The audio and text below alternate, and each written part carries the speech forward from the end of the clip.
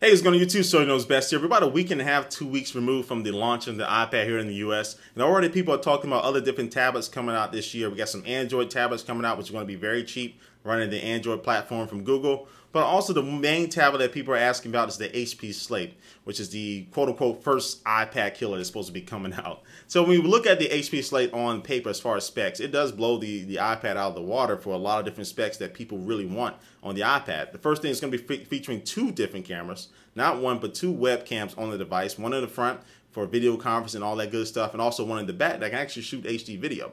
It's going to be featuring an SD card slot to expand the memory of the device itself. It's going to also feature a USB port, which is going to allow you to plug in different devices and easily transfer photos over to it just for the camera, plug in USB, all that good stuff. HDMI out, and also a SIM card tray, which you can put in a carrier's 3G card or something like that to be able to surf wirelessly. And also it's going to have 1080p playback on the device itself.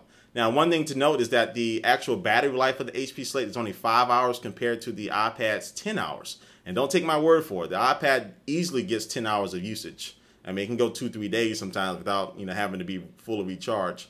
And the HP Slate is going to be getting just up to 5 hours, which in real life could probably be 3.5 to 4.5 hours. So that's one of the downsides with it.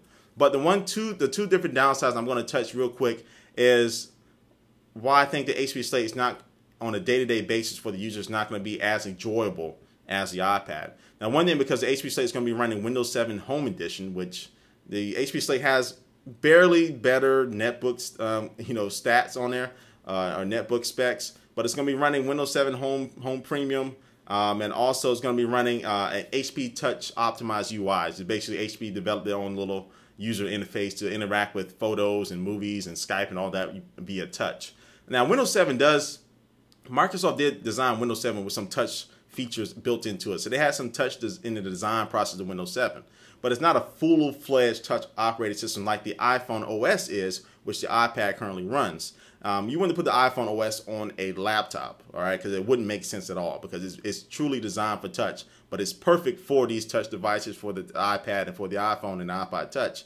Windows 7, it has some touch features in it, but it's still Windows 7. The main meat of it is still keyboard and mouse input.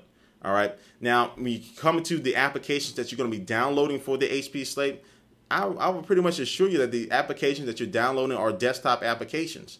All right. So they are not really optimized for touch either. And I doubt the developers are going to go back and optimize the applications for touch just to meet the HP Slate's needs. They're not going to do that. So really the only core, the really ground up touch you're going to have on this device is the HP Touch optimized. And I watched a couple of their videos, and the only thing they really showed is just photos and videos.